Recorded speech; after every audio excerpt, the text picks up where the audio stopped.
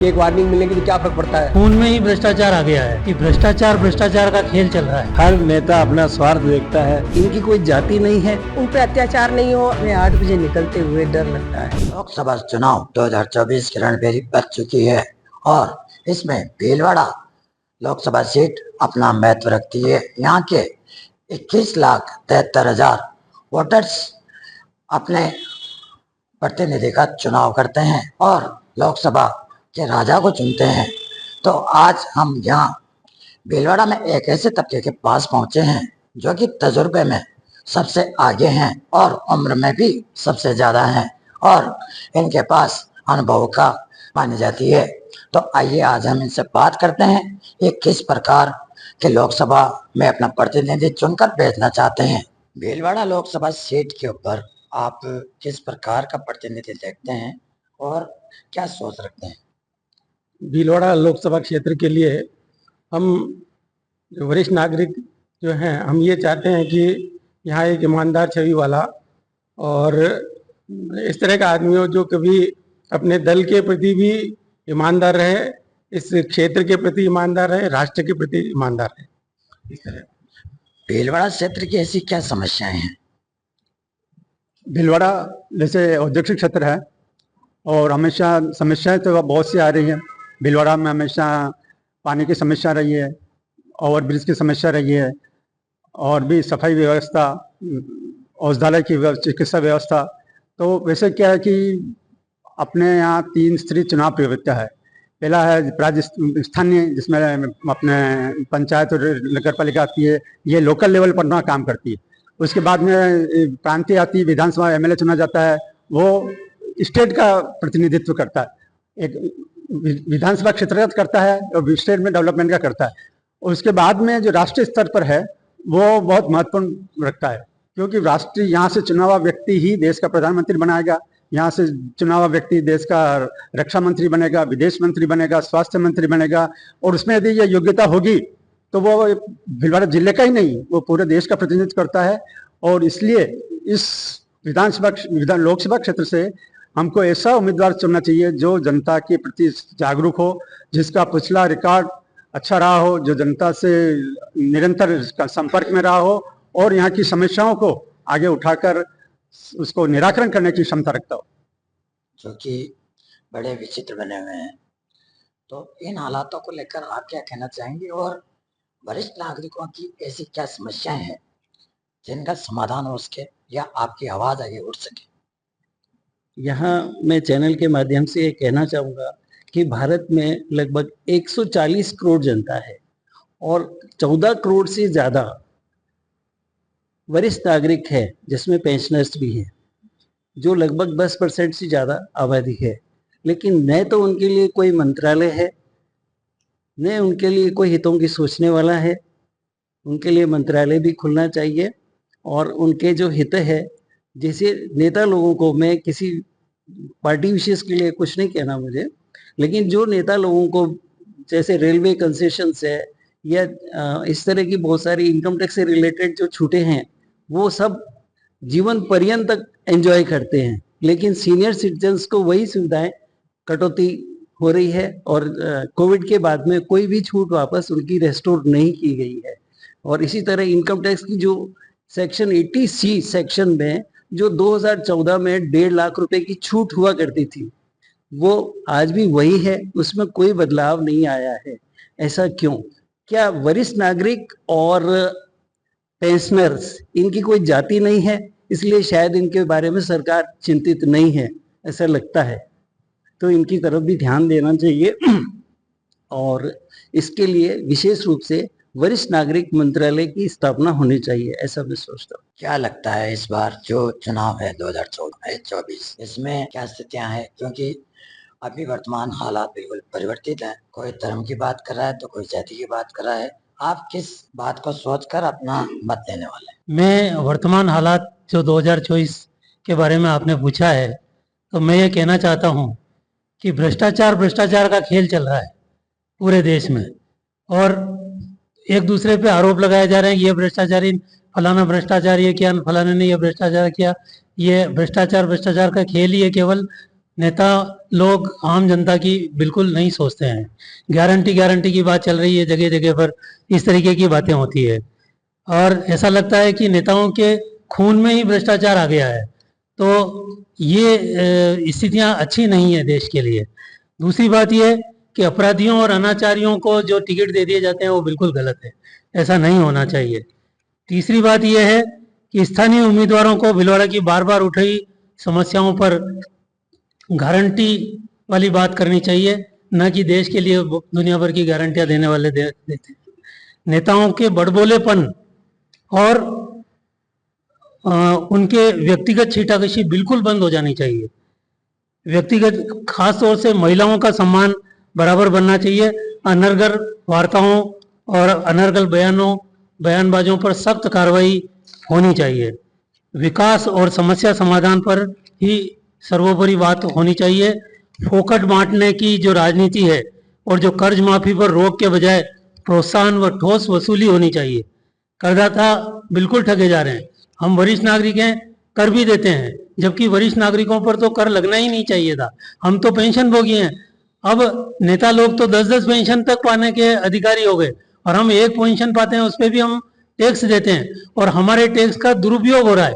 क्योंकि आरक्षण के मैं सख्त खिलाफ हूँ। आरक्षण की राजनीति में जातिगत आरक्षण बिल्कुल बंद होना चाहिए और जब तक पूरी तरह से बंद नहीं हो जाता, क्यों आज 70-80 साल हो गए, लेकिन जातिगत आरक्षण से कौन ऊपर उठ पाया है।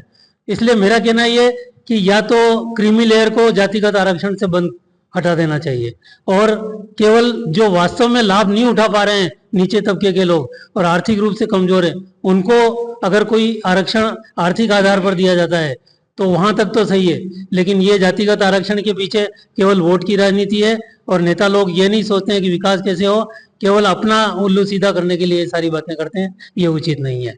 दूसरा ये कि वरिष्ठ नागरिक का जो मेन मुद्दा है, कई मुद्दे हैं ऐसे, जिनमें से एक मुद्दा ये भी है कि वरिष्ठ नागरिकों के लिए स्वास्थ्य बीमा योजना लागू होनी चाहिए और स्वास्थ्य बीमा योजना अलग से लागू होनी चाहिए। बीमा योजनाएं तो बहुत सारी है, लेकिन स्वास्थ्य बीमा के कुछ आधार बिंदु ऐसे होने चाहिए जिसमें बीमा राशि का निर्धारण साधारण हो और आयु के अनुसार उसमें बढ़ोतरी नहीं होनी चाहिए। उसमें पूर्व में चल रही बीमारियों, खासतौर से गंभीर बीमारियों को छोड़ भी दें तो भी जो सामान्य बीमारियां कई वरिष्ठ नागरिकों को है, लेकिन उन बीमारियों से छूट नहीं मिलती है। और बीमा योजना बीपीएल के लिए सब्सिडाइज दर से हो तो एपीएल के लिए भी उतनी ही सुविधाजनक हो, ये मेरा कहना है। इन्होंने जो समस्याएं बताई है बहुत गंभीर समस्याएं हैं। वैसे सरकारें जो बनने जाती है उससे पहले आम जन के बीच में और लोगों के बीच में जाकर रेवड़ियों की बात करती है, अपने मैनिफेस्टो में प्रलोभन देती है। तो उसको लेकर आप क्या कहेंगे? आज की तारीख में जो भी मैनिफेस्टो विभिन्न पार्टियां जारी कर रही है, हमें वरिष्ठ नागरिकों को इससे बड़ा दुख हुआ कि इन्होंने वरिष्ठ नागरिकों को कोई स्थान नहीं दिया। हम चाहते हैं वरिष्ठ नागरिक के हमारे लिए भी ये पार्टियां सोचे। जैसा कि हमारे पूर्व वक्ताओं ने बताया कि हम किसी जाति वर्ग विशेष से संबंधित नहीं है।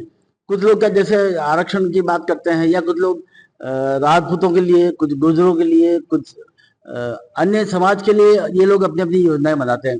क्योंकि हम वरिष्ठ नागरिक किसी व्यक्ति विशेष या किसी जाति विशेष से जुड़े हुए नहीं है, हम सभी धर्म जाति और स्वभाव के व्यक्ति हैं। तो इसलिए हम चूंकि हम इतने संगठित में नहीं है, आज की तारीख में हिंदुस्तान में जितने लगभग 15 से 16 करोड़ वरिष्ठ नागरिक हैं और ये संख्या आने वाले समय में 30 करोड़ पहुंचने वाली है 2030 तक। यदि 30 करोड़ लोगों को यदि हम आप सम्मान नहीं दे पाते हैं तो ऐसी सरकार हमें किसी काम की नहीं है। हम चाहते हैं कि वरिष्ठ नागरिकों के लिए बहुत सारी सुविधाएं हमने बार बार समय समय पर मांग करते रहते हैं, लेकिन उन समस्याओं की तरफ सरकार का या मान लीजिए जो राजनीतिक पार्टी है उनका कोई ध्यान जाता ही नहीं। तो हमारा निवेदन है कि अपने मैनिफेस्टो में अपना सुधार करें, या आप यदि सरकार में चुन के आ जाते हैं तो हम हमारी जो समस्याएं हैं उन पर विचार करें और उनको जल्दी से जल्दी लागू करने का प्रयास करें। ऐसा ही मैं करना चाहूंगा। धन्यवाद। आज की राजनीति में इतना परिवर्तन आया है, नेता कितना बदला है, क्या स्थिति बनी है? आज के समय में जो राजनीतिक परिवर्तन आया है वो स्वार्थ के ज्यादा परिवर्तन आए हैं। हर नेता अपना स्वार्थ देखता है कोई पार्टी भी स्वार्थ देखती है। जो एक्स पार्टी में थे वो वाई पार्टी में आ गए, जो एक्स पार्टी में थे वो वाई पार्टी वाले को अनाप शनाप बोलते थे, गाली गलौज करते थे, और वो वाई में आके टिकट लेके चुनाव लड़ रहे हैं। वो ये क्या राजनीति को तो मखौल समझ रखी, मजाक समझ रखी है। पर क्या है कि प्रभावशाली लोग और धनिक लोग इन पार्टी पर कब्जा किए हुए हैं। तो ये नहीं होना चाहिए। जो सामाजिक, आर्थिक और अन्य सब व्यवस्थाएं सही होनी चाहिए, और ऐसे लोगों को जो पार्टियों में काम करते हैं, अच्छा करते हैं, उनकी वक्त नहीं है। जो चमचागिरी करते हैं और ऊपर से पैसे का दबाव डालते हैं, वो आगे बढ़ रहे हैं। ये राजनीति बहुत गंदी है, इसलिए इसमें सुधार होना चाहिए। धन्यवाद। राजनीतिक पार्टियों के नेता आपस में जो शब्दों का प्रयोग कर रहे हैं, क्या वो सही है या गलत? वर्तमान में जो नेता एक दूसरे को अनाप शनाप बोल रहे हैं, ये बिल्कुल गलत है। और ऐसा एक कानून बनना चाहिए कि ये नेता जो भी इस तरह की बातचीत करे, उसको अपने कैंडिडेचर उसका कैंसिल कर दिया जाना चाहिए, ताकि कोई दूसरा सबक ले उससे। चुनाव आयोग नाम मात्र के लिए है, हल्की सी वार्निंग देता है, और ये नेता भी जानते हैं कि एक वार्निंग मिलने की तो क्या फर्क पड़ता है, 48 घंटे मुझे रोक दिया तो उसे क्या फर्क पड़ेगा, बाद में वो कोई हो। तो इसके लिए चुनाव से पहले ही चुनाव आयोग को ऐसे नॉर्म्स फिक्स करने चाहिए कि वो वही बोले जो सत्य से अवगत हो, झूठी बात नहीं करे, और अपने सामने वाले को, या खासतौर से महिलाओं को आजकल टारगेट बनाया जा रहा है पॉलिटिकल पार्टीज के द्वारा, एक नेता के द्वारा दूसरी पार्टी के नेता को। उसके ऊपर तो इतना सख्त कानून बनना चाहिए ताकि एक मिसाल कायम हो सके। और ये माहौल जो ये बना रहे हैं, इस माहौल से सच्चे लोकतंत्र की ओर हमें जाना चाहिए। बीते 10 सालों में कितना विकास कार्य हुआ और क्या समस्याएं रह गई? सबसे पहले तो ये समस्या होगी, यहाँ औद्योगिक नगरी होते हुए एक एयरपोर्ट तक नहीं है। दूसरा ये है कि जो औद्योगिक नगरी होते हुए कोई एक ट्रेन चल रही है 20 साल से, तो वो 20 ही साल से बम्बई के लिए चल रही है, कोई अजमेर से बम्बई के लिए कोई गाड़ी नहीं है।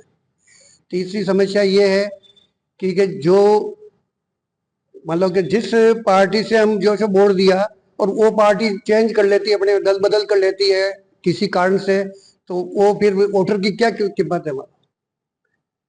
चौथा ये है कि ये जो भ्रष्टाचारी जो लोग नेता है, भ्रष्टाचार की खिलाफ रैली निकालते हैं, खुद भ्रष्टाचारी है, इसलिए इसका भी ध्यान रखना चाहिए। और चुनाव एक देश एक चुनाव होना चाहिए। अब हमारे सामने कुछ महिलाएं भी है, तो उनसे बात करते हैं। आज के परिवेश में महिलाओं की क्या स्थिति है, क्या उनको बराबर सम्मान मिल रहा है? बहुत ही अच्छा क्वेश्चन है भाई साहब आपका। आपने पूछा कि महिलाओं की क्या स्थिति है।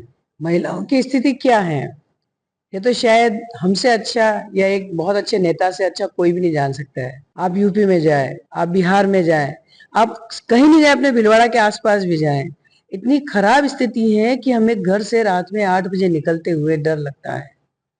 क्योंकि एक जो नकाब जो चला है ना, चाहे महिला के मुंह पे हो चाहे पुरुष के मुंह पे, ये बहुत बड़ी बीमारी है। क्या इस नकाब से हम अपने केवल वातावरण से बच रहे हैं या अन्य जो अपराध करने से बच रहे हैं? तो सरकार से मेरा निवेदन है, जो भी आने वाली सरकार है, कोई भी सरकार हो, और जो व्यक्तिगत जो भीलवाड़ा से चुना जाए कोई भी, उससे मेरा पर्सनल निवेदन है, ये आगे तक ये बात जाए कि नकाब जितने भी बांधते हैं, हम महिलाओं के लिए इन्हें दूर कर दे, चाहे महिला बांधे चाहे पुरुष बांधे। इसके आड़ में इतने अत्याचार फैल रहे हैं, इतने अन्याय हो रहे हैं कि आप चेहरा पकड़ ही नहीं पाएंगे। आप किसे पकड़ेंगे? अपराध करके चला गया। आए दिन रेप केसेस बढ़ रहे हैं, जो सरकार दावे करती है बड़े बड़े, हम सजा देंगे, किसको देंगे? एक बार यदि आपके साथ गलत काम हो गया किसी महिला के साथ, फिर आप उसको क्या कर लेंगे? आप इसे सजा देना उसको चौराहे पे, ऐसा कानून बनाए ना आप, सख्त से सख्त, कि एक आदमी को यदि, जैसा कि भाई साहब ने कहा, कि एक बार सबक मिल जाए कि गंदा न बोले और बोलने वाले को दंड किया जाए। वैसे ही यदि वो गलत काम करके गया आदमी, पकड़ तो लेते हैं आप, साल में 2 साल में 10 साल की सजा दे देते हैं, 20 साल की सजा दे, क्या होगा? क्या उसका चरित्र फिर से आएगा? नहीं आएगा। उसका चरित्र यदि महिलाओं का फिर से लाना और महिलाओं के हक में यदि बात करना है, आने वाले नेताओं को मैं एक ही संदेश देना चाह रही हूँ सब महिलाओं की ओर से, कि एक तो नकाब बंद कर दे, दूसरा ऐसा कानून बनाए कि सख्त से सख्त उसी टाइम उसको ऐसी सजा दे कि जीवन में दूसरा व्यक्ति ना करे। महिलाओं को जो 33% आरक्षण मिला है, क्या इस बार वो पूर्ण हो पाया? मैं रेलवे से आरक्षण की बात करूंगी कि पहले कोरोना से पहले 50% महिलाओं को आरक्षण देती थी, लेकिन उसके बाद के अंदर आरक्षण देना ये बंद कर दिया है। तो ये कोरोना से पहले जो होता था तब तो ठीक था, लेकिन अब होना चाहिए। कोरोना से अब होना चाहिए कि भाई अपने को आरक्षण की जरूरत है। वरिष्ठ नागरिक के कई लोग बाहर बच्चे रहते हैं, कईयों के नहीं रहे दुनिया में, तो वो लोग कहाँ जाएंगे? कम से कम उनको थोड़ा कंसेशन के अंदर मिलके और वो कहीं यात्रा कर सकते हैं, घूम फिर सकते हैं। तो ये मैं सरकार से, आने वाली सरकार से अपेक्षा रखती हूँ। और महिलाओं के लिए भी मैं अपेक्षा रखती हूँ कि भाई आने वाली सरकार कम से कम महिलाओं को रोजगार दे, उन पे अत्याचार नहीं हो। अत्याचार होता है तो उनकी तुरंत सुनवाई की जाए, यही सरकार से, आने वाली सरकार से अपेक्षा रखते हैं। उन्हीं को असली वोट देंगे। ये थे हमारे साथ वरिष्ठ नागरिक मंच के तजुर्बाकार जन, जिन्होंने ये बताया कि भीलवाड़ा लोकसभा सीट पर कैसे उम्मीदवार होना चाहिए। साथ ही महिलाओं ने इतना तक कहा है कि परिवर्तन इस प्रकार हो कि महिलाएं सुरक्षित हो सके, अपना घर से सुरक्षित निकल सके। जैसे कि नकाब कहते हैं, नकाब लोगों को मुंह छुपाने के लिए या प्रदूषण से बचने के लिए है, लेकिन आजकल नकाब का दुरुपयोग हो रहा है, उसको लेकर भी महिलाओं ने आवाज उठाई है। अब ये आवाज लोकसभा में इनके प्रतिनिधि द्वारा कैसे उठाई जाती है या इनकी जो समस्याएं हैं उनका निदान वो किस प्रकार कर पाते हैं, ये तो 26 अप्रैल के होने वाले मतदान के बाद ही पता चल पाएगा कि इनकी आवाज वहां तक कैसे पहुंची। मैं सुरेंद्र सागर, एबीपी न्यूज़ के लिए।